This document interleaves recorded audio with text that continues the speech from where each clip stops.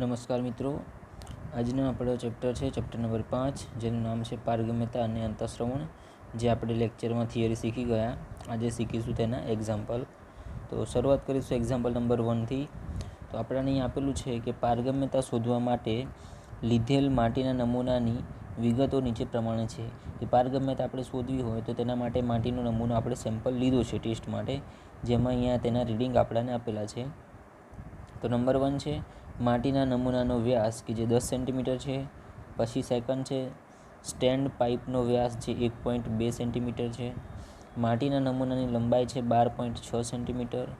શરૂઆતનું શીર્ષ છે 85 સેન્ટીમીટર. અંતિમ શીર્ષ છે 45 સેન્ટીમીટર. પાણીના શીર્ષમાં ઘટાડા માટેનો સમય 80 મિનિટ છે. યોગ્ય રીતની મદદથી પારગમ્યતા અચળાંક સેન્ટીમીટર પ્રતિ સેકન્ડમાં શોધો. ઓકે, અહીં આપેલું છે આપણાને ઇંગ્લિશમાં જે પ્રમાણે કે a sample of soil tested for permeability have to have the following details. Number 1, diameter of soil specimen તો 10 centimetre. diameter of stand pipe is equal to 1.2 centimeter. Length of soil specimen is equal to 12.6 centimeter. Initial head 85 centimeter. Final head છે 45 centimeter. Time for water head of fall 18 minutes. Find coefficient of permeability in centimeter per second by appropriate method. તો સોલ્યુશનમાં જોઈશું આપણને તો એ પ્રમાણે દરેક જે કિંમત આપી છે તેને આપણે સોલ્યુશનમાં એ શોર્ટ ફોર્મમાં લખીએ તો ડી બરાબર છે 10 સેન્ટીમીટર. તો 10 સેન્ટીમીટર શું છે? ડાયામીટર આપેલો છે આપણને. સ્મોલ ડી આપેલો છે પાઇપ સ્ટેન્ડ પાઇપનો વ્યાસ જે 1.20 સેન્ટીમીટર છે. પછી લંબાઈ આપેલી છે L 12.6 સેન્ટીમીટર. H1 ને H2 આપેલું છે, એટલે કે ઇનિશિયલ હેડ અને ફાઇનલ હેડ આપેલા છે 85 સેન્ટીમીટર 45 સેન્ટીમીટર. ટાઈમ આપેલું છે આપણને 60-80 મિનિટ. તો 80 × 60 કરીશું એટલે કે 4800 સેકન્ડ બરાબર. તો એ પ્રમાણે અહીંયા દરેક વસ્તુ આપેલી છે. તો ડાયામીટર આપેલો છે આપણને, તો બંનેનો આપણે એરિયા આપણે શોધી શકીએ છીએ. તો એ બરાબર π/4 × d સ્ક્વેર, એટલે કેપિટલ ડીનો સ્ક્વેર, જ્યાં આપણને જવાબ મળશે કે એ ઇઝ ઇક્વલ ટુ π/4 × ડીની જગ્યાએ 10નો વર્ગ, તો 78.53 સેન્ટીમીટર. તે જ પ્રમાણે નાનું એરિયા શોધીશું પાઇપનું, જે આપેલો છે આપણને કે સ્મોલ એ બરાબર π/4 × સ્મોલ ડી સ્ક્વેર, જ્યાં સ્મોલ ડી સ્ક્વેર શું થશે 1.20નો સ્ક્વેર, એટલે કે 1.2નો વર્ગ. તો જવાબ મળશે આપણને 1.131 સેન્ટીમીટર સ્ક્વેર. ઓકે, આગળ જોઈશું તો કે બરાબર આપણને સૂત્ર આપેલું છે કે 2.3 A × L ભાગ્યા A × T log 10 H1/H2. તો સૂત્ર પ્રમાણે આપણે દરેક કિંમત મૂકીએ, જે આપણને અહીંયા કેનું સૂત્ર આપેલું છે બરાબર, કે કોએફિશિયન્ટ ઓફ પરમેબિલિટીનું સૂત્ર છે. તો 2.3 ગુણ્યા સ્મોલ એની કિંમત આપણી પાસે છે ઉપર શોધી પ્રમાણે લખીશું કે 1.131 ગુણ્યા L લંબાઈ આપેલી છે આપણને 12.6. પછી છે ભાગ્યા કેપિટલ એ તો જે 78.53 છે લખીશું. ટાઈમ આપણને આપેલો છે 48 સેકન્ડ. ઓકે, એટલે 48.00 લખીશું ગુણ્યા log 10 લખીશું. H1/H2ની કિંમત આપેલી છે 85/45. ઓકે, તો દરેકનું સાદુરૂપ આપતા આપણને જવાબ મળશે અહીંયા 2.40 × 10⁻5 સેન્ટીમીટર. ઓકે, તો આ જવાબ છે આપણો કે જે આપણે શોધવાનું છે કે યોગ્ય રીતની મદદથી પારગમ્યતા અચળાંક સેન્ટીમીટર પ્રતિ સેકન્ડમાં શોધો.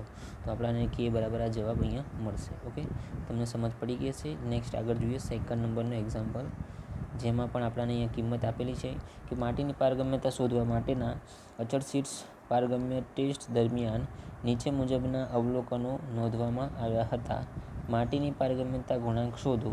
એટલે કે નમૂનો જેનો વ્યાસ આપ્યો છે 5 સેન્ટીમીટર, નમૂનાની લંબાઈ છે 10 સેન્ટીમીટર, પાણીનો ડિસ્ચાર્જ આપેલો છે 15 મિનિટમાં 60 મિલી જેટલું પાણી, અને અચળ શીર્ષ હેડ આપ્યો છે આપણને અહીંયા 30 સેન્ટીમીટર. તો following observation wear recorded during constant head permeability test on soil sample. Find coefficient of permeability of soil. Number 1, diameter of sample 5 cm, length of sample 10 cm, discharge 60 ml in 15 second and constant head 30 cm. તો solution જોઈશું અહીંયા. તો અહીંયા મિત્રો આપણને 60 millilitre પર છે એ શું આપેલું છે? ડિસ્ચાર્જ આપેલો છે, જેને ક્યુ વડે લખીશું. ટાઈમ આપેલો છે ટી 15 મિનિટ, જેને 15 × 60 કરતાં આપણને સેકન્ડ મળશે 900 સેકન્ડ. લંબાઈ આપેલી છે લેન્થ તો 10 સેન્ટીમીટર, અને ડાયામીટર ઓફ સેમ્પલ પણ આપેલું છે આપણને, બરાબર 5 સેન્ટીમીટર, અને હાઇટ આપેલી છે કે જે કેટલી છે 30 સેન્ટીમીટર. ઓકે, તો એરિયા બરાબર શોધીશું આપણે પહેલાં કે એ ઇઝ ઇક્વલ ટુ π/4 × d², જ્યાં 5નો વર્ગ ગુણ્યા 5/4 આપણે ગણીએ છીએ, તો 5નો સ્ક્વેર થશે પ્રમાણે જવાબ મળશે આપણને 19.63 સેન્ટીમીટર સ્ક્વેર. તો કે પ્રમાણેનું સૂત્ર જોઈશું કે જે કોન્સ્ટન્ટ છે અહીંયા આપણા પાસે, બરાબર છે, કોએફિશિયન્ટ ઓફ પરમિએબિલિટીનું સૂત્ર કે ઇઝ ઇક્વલ ટુ બીજું Q/T × L/H × 1/A. તો ક્યુનું ડિસ્ચાર્જ આપણને આપ્યો છે 60 મૂકીશું, ટીની જગ્યાએ મૂકીશું 900, એલની જગ્યાએ 10, એચની જગ્યાએ 30, 1 અને ભાગ્યા એની જગ્યાએ એરિયા 19.63. તો કેની કિંમત પ્રમાણે આપણને જવાબ મળશે 1.132 × 10⁻³ સેન્ટીમીટર પર સેકન્ડ. ઓકે, તો આપણને અહીંયા જવાબ મળી ગયો છે પારગમ્યતા ગુણાંક કેનો. તો આમાં પણ તમને ખ્યાલ આવી ગયો છે, એકદમ ઇઝી સૂત્ર છે કે K બરાબર Q/T × L/H × 1/A. અને બીજું સૂત્ર છે જે અહીંયા આપેલું છે આપણને કે K બરાબર 2.3 ગુણ્યા A × L/A × T log 10 H1/H2. Okay, બે સૂત્ર તમારે યાદ રાખવાના રહેશે. નંબર 3 આગળ જોઈએ તો પ્રયોગશાળામાં માટીની પારગમ્યતા શોધવા માટે નીચે મુજબના અવલોકનો નોંધવામાં આવ્યા, જેમાં નંબર 1 છે કે નમૂનાની લંબાઈ આપણને આપી છે 40 સેન્ટીમીટર, નમૂનાનો વ્યાસ આપ્યો છે 20 સેન્ટીમીટર, અચળ શીર્ષ હેડ આપ્યો છે 25 સેન્ટીમીટર, પાણીનો નિકાસ એટલે કે ડિસ્ચાર્જ આપ્યો છે આપણને 60 સેન્ટીમીટર ક્યુબ, સમય આપેલો છે 12 મિનિટ. તો માટીનો પારગમ્યતાનું ગુણાંક શોધો. Okay, during permeability test on soil in laboratory the following observation were recorded: length of sample 18 centimeter, diameter of sample 5 centimeter, constant head of water 24 centimeter, discharge of water 80 centimeter cube, time is equal to 16 minute. Okay, તો calculate કરવાનું છે coefficient of permeability. સોલ્યુશનમાં જોઈશું.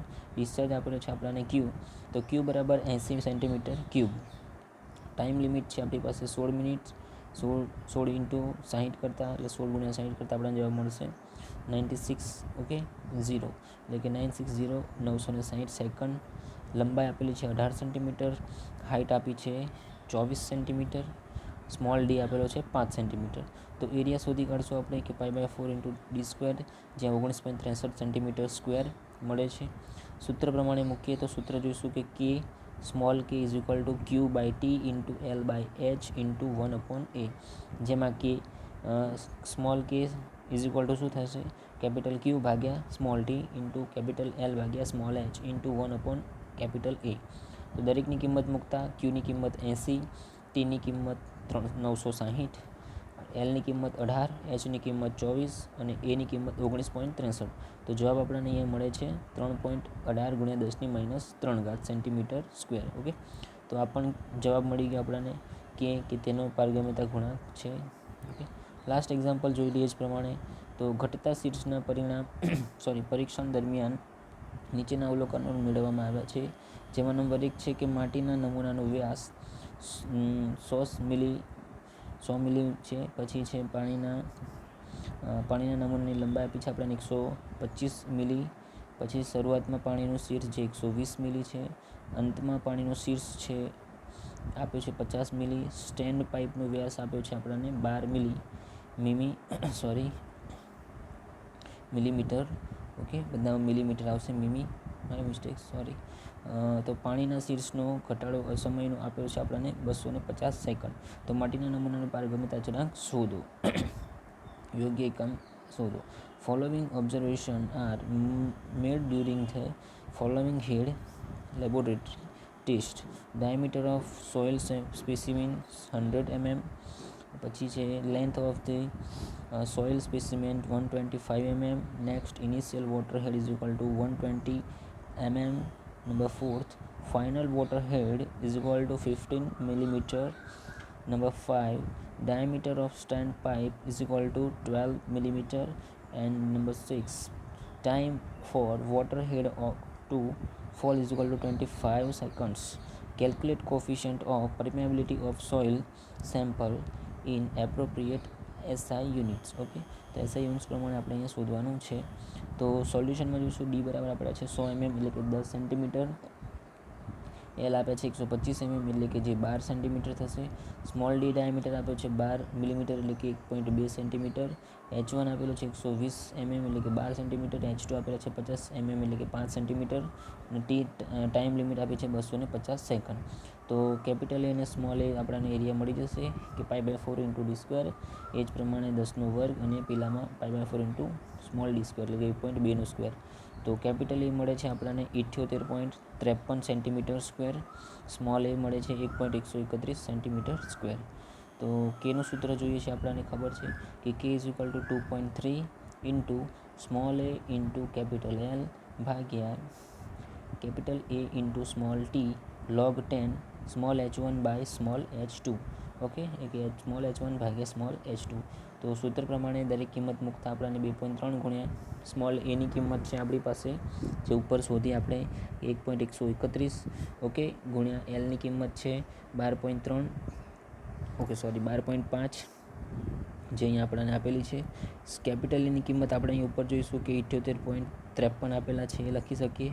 ગુણ્યા લખીશું small T એટલે 250 second. log 10 H1 આપે છે આપણને 12 સેન્ટીમીટર અને H2 આપે છે 5 સેન્ટીમીટર. તો આપણો અહીંયા જવાબ મળશે 6.292 ગુણ્યા 10⁻⁴ સેન્ટીમીટર સ્ક્વેર જે આપણને કે મળે છે. ઓકે, તો આપણો જવાબ અહીં આપણને મળી ગયો. ઓકે મિત્રો, તો આટલા એક્ઝામ્પલ છે જે આપણે રિવિઝનમાં પણ શીખવાના છે અને એક્ઝામમાં પણ આમાંથી કોઈ એક એક્ઝામ્પલ પૂછાઈ શકે એમ છે. બરાબર, તો તમે આ પ્રેક્ટિસ કરી લેજો. શીખશો, કંઈ ક્વેરી હોય તો કમેન્ટ કરીને પૂછી શકો છો. કંઈ પ્રોબ્લેમ હોય તો કમેન્ટ કરજો.